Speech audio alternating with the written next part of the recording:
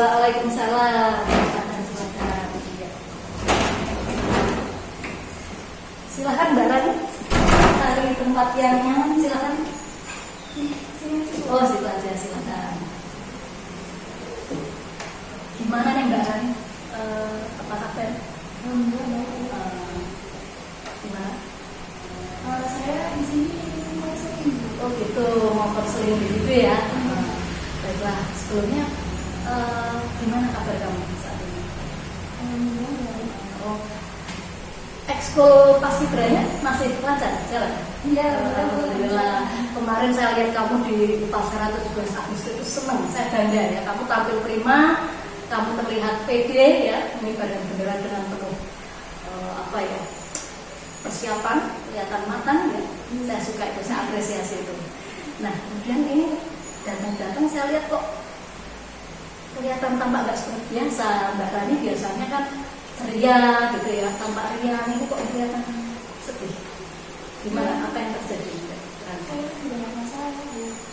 Oh gitu. Bisa diceritakan apa masalah yang dialami Mbak Rani? Akhir-akhir ini saya sering dimarahin sama klienku, Bu. Terus saya itu kayak merasa, wah kok kayak saya salah itu ya salah saya apa gitu. Jadi kamu akhir-akhir ini sering dimarahi dan ditegur guru mapel ya? Nah kira-kira apa sih? Kan nggak mungkin ya guru itu menegur siswa kalau tanpa sega, kalau tanpa masalah kita diingatkan, itu mustahil ya? Bisa diceritakan betul? Belakangan ini ya saya sering terlambat, Bu. Terus saya sering alfa, saya sering nggak bikin surat gitu, Bu. Akhirnya saya ditegur. Terus saya langsung pikir salah saya di mana, Bu? Gitu. Jadi sering alfa gitu ya, sebentar sering terlambat juga gitu.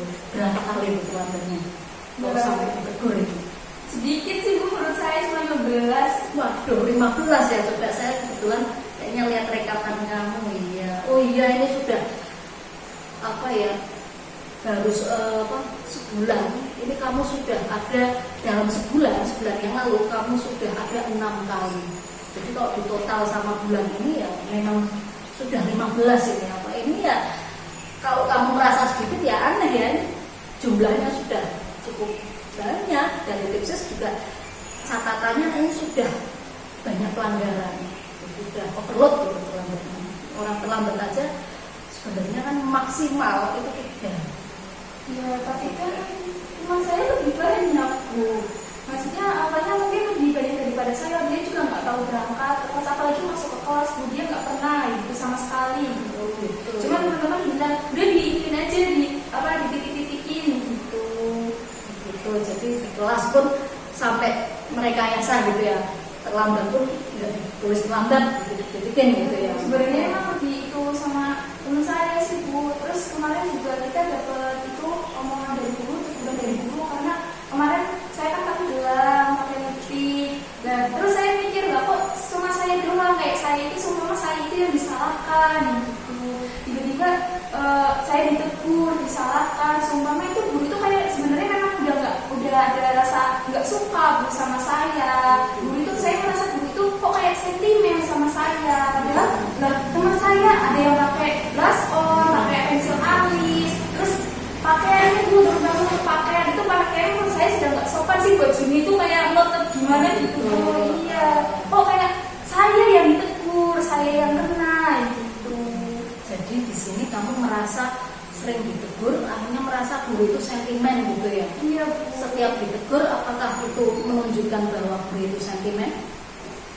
Ya sebenarnya mah iya, Bu, soalnya masalahnya saya doang, Bu, yang kena gitu. Kalau misalkan teman saya yang kena ya maksudnya kan dia kan lebih banyak, harusnya dia yang kena bukan saya gitu. Orang saya sedikit cuma 15. Kamu masih menganggap 15 itu sedikit ya? Iya. Dan untuk teman-temanmu yang juga banyak pelanggaran, sering terlambat, sering alfa, bermain up berlebihan, itu apakah juga sama ditegur oleh guru? Ya sama, Bu. Tapi apa reaksi temanmu? Ya biasa aja, Bu. Bisa, kamu kan tadi kecewa gitu ya, marah, menganggap teguran guru itu bentuk ketidaksukaan atau sebuah sentimental pribadi. Itu sedangkan temanmu ditegur biasa aja. Itu menurut kamu Mbak Rani apakah kamu ditegur itu perilaku kayak Fambos itu termasuk perilaku yang baik hingga sampai akhirnya guru menegur? Ya sebenarnya memang nggak baik Bu.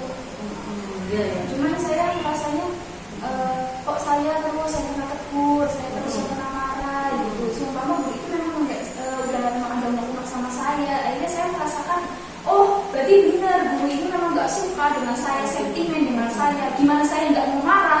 Saya itu disitu marah, kecewa kayak gitu. Jadi saya itu kayak merasa, oh berarti memang saya itu di mata guru itu memang selalu salah, saya terus yang salah gitu. Semua enggak, saya terus saya gitu. Kamu yang merasa Kecewa, gitu iya, ya. saya akhirnya kecewa, Bu, merasa kecewa. Mungkin saya kalau di posisi kamu juga wajar lah.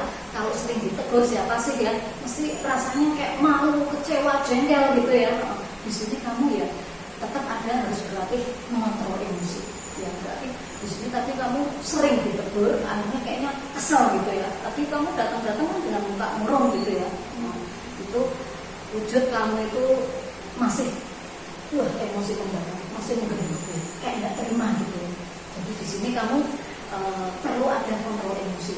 Ibarat temenmu kalau ditegur guru toh bisa menerima ya, bisa biasa aja, nggak perlu marah, nggak emosi. Jadi cobalah kamu berlatih. Lain kalau ada teguran guru, oh mau emosi nih, saya kembali dari jengkel, saya dan saya ingin coba sih teman saya jadi bisa bersikap biasa, mungkin hanya mengangguk atau mungkin diam ya, atau tersenyum ya Bu, mungkin ya bisa katakan terima kasih Bu tegurannya, tidak akan saya ulang misalnya, itu bisa dikatakan seperti itu. Jadi kamu diupayakan bisa mengontrol emosi, tapi ya saya yakin artinya untuk proses itu tidak mudah ya, jadi kamu perlu tahu artinya perilaku pelanggaran itu harus kamu sadari. Kayak tadi 15 kali terlambat itu bagi kamu jumlahnya sedikit.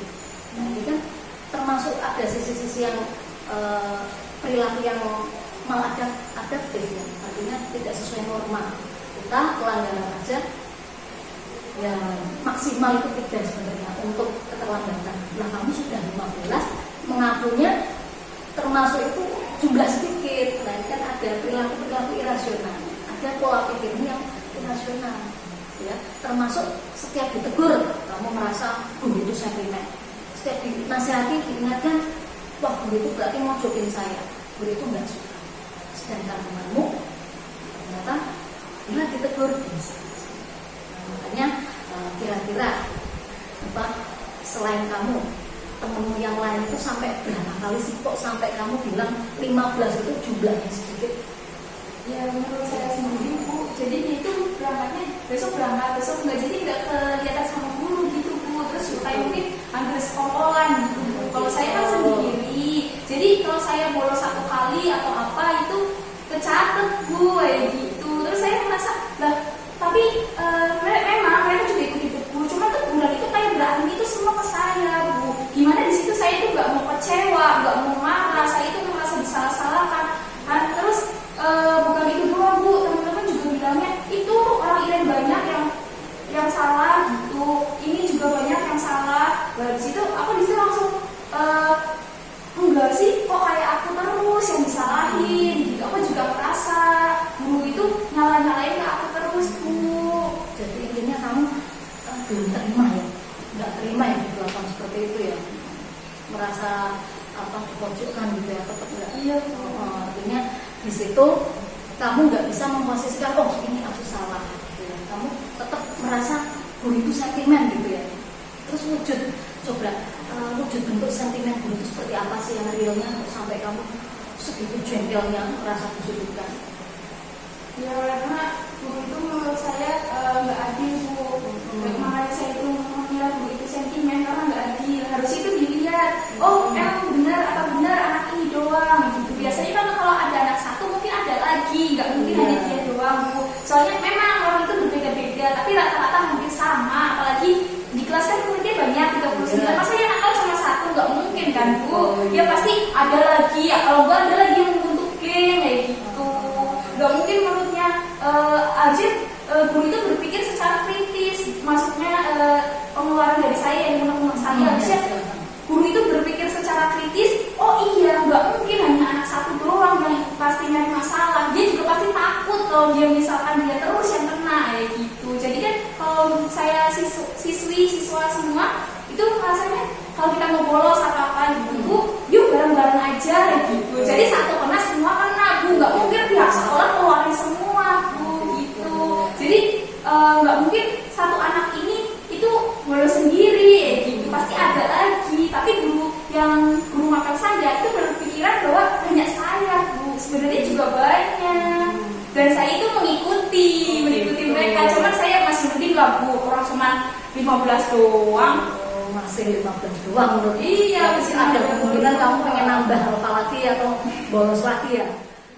Ini kalau saya dengar informasi dari guru mapel sejarah ya, apa betul Mbak Rani beberapa kali berapa pertemuan nggak mengikuti mapel sejarah gitu. Jadi artinya bisa dikatakan Mbak Ira itu membolos pada jam sejarah. Apa betul itu? Iya, Bu. Nah, saya bolos, Bu.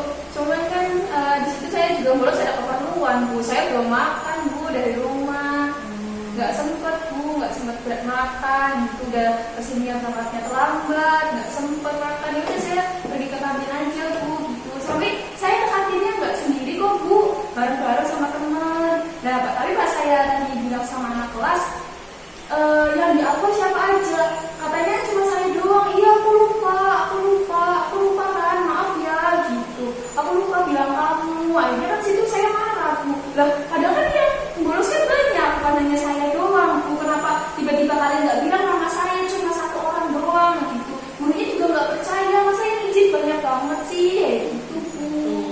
Jadi setiap kamu lapar, kamu ada keperluan keluar, kamu keluar aja gitu ya, nggak pamit atau izin dulu dengan guru tersebut. Iya, Bu, saya keluar aja ya. Kan itu kepentingan pribadi saya, Bu. Kalau misalkan saya nggak apa juga saya nggak fokus, Bu, sama pelajaran. Lah menurutmu kalau seperti itu kira-kira termasuk perilaku yang benar atau enggak? Kalau tiba-tiba kamu seenaknya sendiri, lapar gitu, ada perlu, udah pokoknya cabut keluar, kadang bareng teman, kadang sendiri, itu menurutmu apakah itu termasuk perilaku adaptif, perilaku yang baik sebagai siswa? Ya, enggak sih, Bu.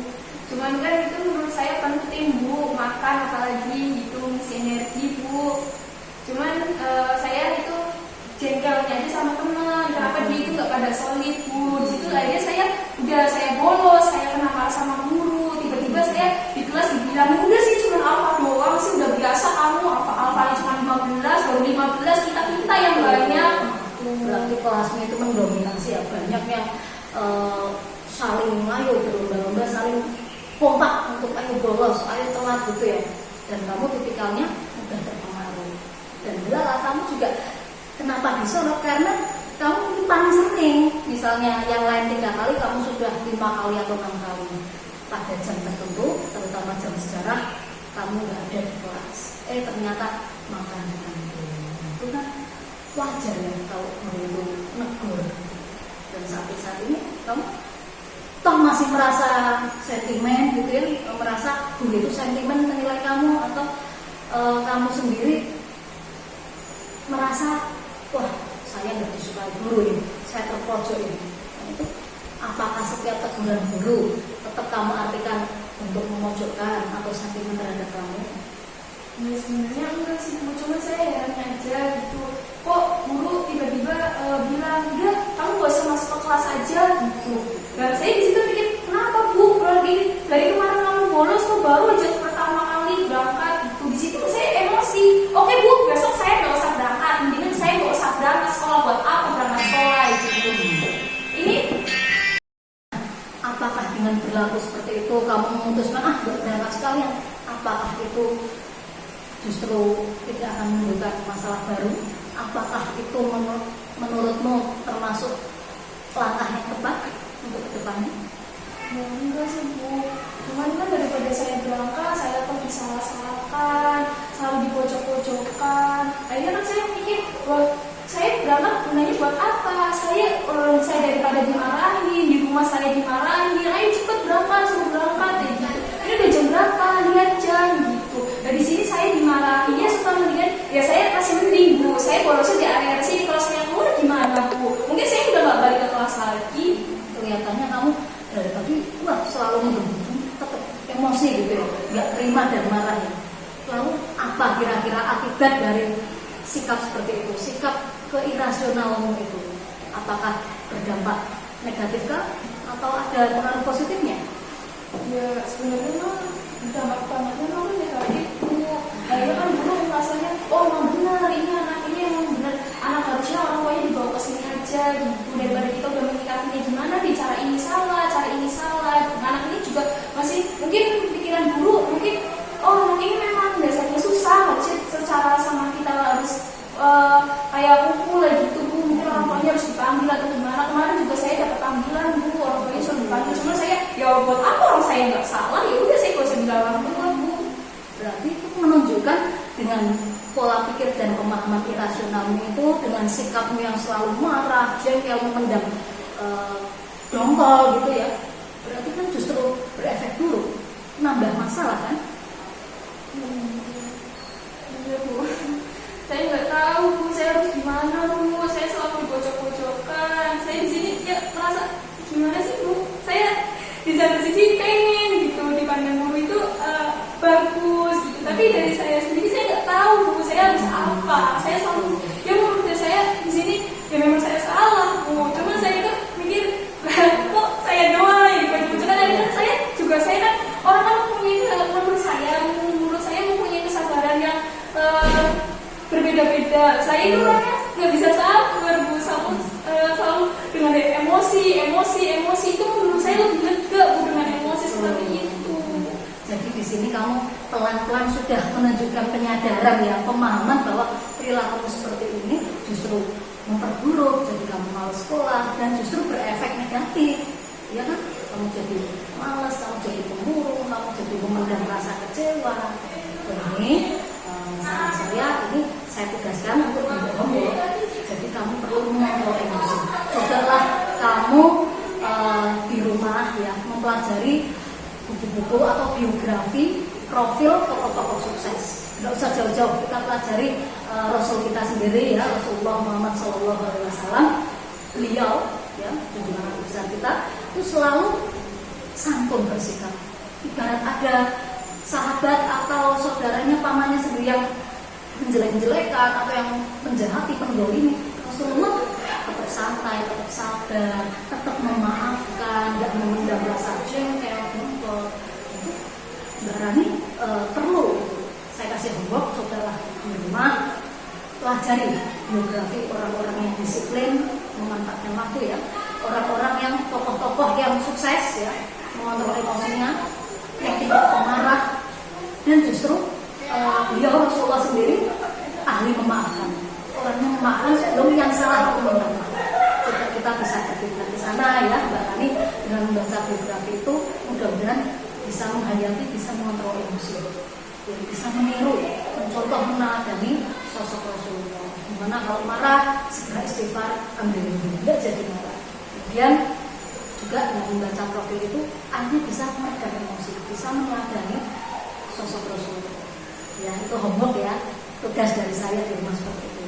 Kemudian yang ingin saya tanyakan, kan ini Mbak Rani sudah memahami, sudah menyadari bahwa perilaku irasional Mbak Rani ya, dengan merasa kecewa, jengkel sama guru, nggak terima ditegur, itu kan justru menghambat, justru malah bikin menambah masalah baru. Ya kan? Ya, itu berarti kan Mbak Rani sudah bisa menyadari. Itu kira-kira langkah Mbak Rani ke depan seperti apa? Apa langkah yang mau diambil setelah ada proses penyadaran dan pemahaman tersebut? Kira-kira? Kedepannya saya akan butuh bu, saya nggak ingin mencari masalah lagi bu, saya akan lebih banget tepat waktu. Saya kalau misalkan sakit atau apa saya akan bikin surat bu. Jadi saya keterangannya di jurnalnya juga nggak apa bu. Baik, ini kelihatan dari tadi emosinya yang meledak-ledak ya, marah, dongkol sampai mau ambil sikap nggak mau berangkat sekalian. Nah, itu kan justru malah merugikan, nambah masalah. Dan sekarang alhamdulillah sudah ada proses penyadaran ini, sudah muncul pemahaman bahwa memang perilaku itu dengan melanggar tata tertib itu memang salah, itu layak untuk ditegur. Dan sekarang Mbak Rani sudah mulai memahami dan bisa menentukan sikap ya. Besok lagi mau apa tadi, tidak akan terlambat, mau lebih disiplin lagi, kalau mau tidak berangkat mau membuat surat izin begitu ya. Dan suatu saat gimana reaksi Mbak Rani, apa yang akan Mbak Rani lakukan ketika ada guru atau beberapa guru menegur Mbak Rani lagi, menegur masalah pelanggaran tata tertib lagi. Kira-kira apa yang akan dilakukan Mbak Rani kalau mendapatkan teguran lagi dari guru? Saya akan lebih menggunakan mungkin memang saya yang salah, mungkin dari kemarin saya bawa emosi, alias saya maksudnya berarti guru ini memang memojok-mojokkan saya, dan guru ini memang tidak suka dengan saya atau emosional dengan saya. Oh ya udah, berarti memang di sini memang saya yang salah Bu, saya mengakui saya yang salah, cuman dari kemarin mungkin saya bawa emosi gitu, yang menyadari ya sekarang ya, alhamdulillah. Jadi kalau ditegur lagi sama guru sudah tidak meledak-ledak emosinya, sudah tidak marah gitu ya, sudah bisa menerima ya berarti ya. Kalau ditegur berarti apa yang mau diucapkan Mbak Rani misalnya belum tegur lagi?